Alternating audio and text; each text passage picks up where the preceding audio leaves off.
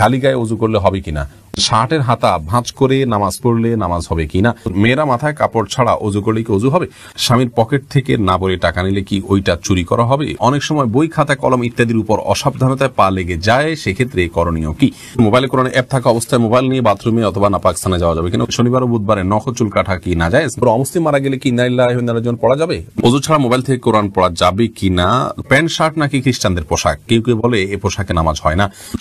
কামরুন নাহার বুলবুলি জানতে চেয়েছেন, অনেক সময় বই খাতা কলম ইত্যাদির উপর অসাবধানতায় পা লেগে যায়, সেক্ষেত্রে করণীয় কি, বই খাতা কলম ইত্যাদির উপর অসাবধানতা বশত যদি পাও লেগে যায় তাতে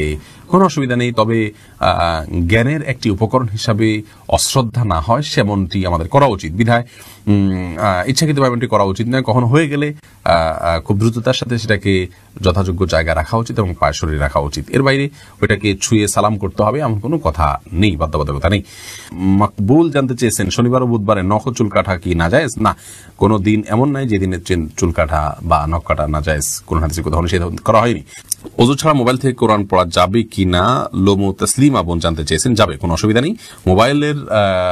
মধ্যে যে কোরআন থাকে এটাকে ওযু ছাড়া ধরা যায়, কারণ এটা মূল কোরআন নয়, এটা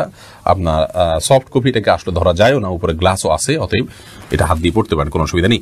আবু জাফর জানতে চেয়েছেন, প্যান্ট শার্ট নাকি খ্রিস্টানদের পোশাক, কেউ কেউ বলে এ পোশাকে নামাজ হয় না,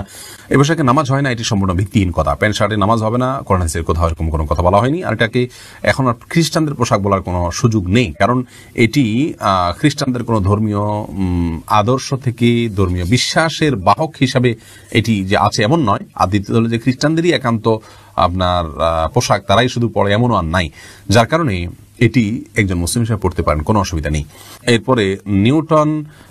সীমান্ত আপনি জানতে চেয়েছেন, কোন অমুসলিম মারা গেলে কি ইন্না লিল্লাহি ওয়া ইন্না ইলাইহি রাজিউন পড়া যাবে, উত্তর হলে পড়া যাবে, কোনো অসুবিধা নেই। ইন্না লিল্লাহি ওয়া ইন্না ইলাইহি রাজিউন এর অর্থ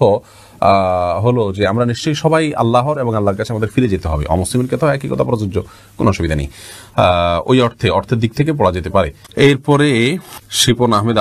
আপনি প্রশ্ন করেছেন, মোবাইলে কোরআন অ্যাপ থাকা অবস্থায় মোবাইল নিয়ে বাথরুমে অথবা নাপাক স্থানে যাওয়া যাবে কিনা, উত্তর হলো যাবে, কোনো অসুবিধা নেই। এটা ভেতরে আমাদের মনের ভিতরে যেরকম কোরআন আছে, আমাদের স্মৃতিতে যেরকম কোরআন আছে, ওইটা আমরা বাথরুম যেতে পারি, মোবাইলের ভিতরেও ওইটা আছে, যেতে পারেন, কোনো অসুবিধা নেই। সুমাইয়া শিমু আপনি জানতে চেয়েছেন, স্বামীর পকেট থেকে না বলে টাকা নিলে কি ওইটা চুরি করা হবে, ওই টাকা দান করলে কি গুনাহ হবে। বোন সুমাইয়া, স্বামীর পকেট থেকে যদি আপনি টাকা নেন এবং স্বামী যদি জানেন, মৌনসম্মতি যেটাকে বলে, তিনি জানেন যে হ্যাঁ আপনি নেন, কিছু বলেন না, এরকম হলে আপনি নিতে পারেন,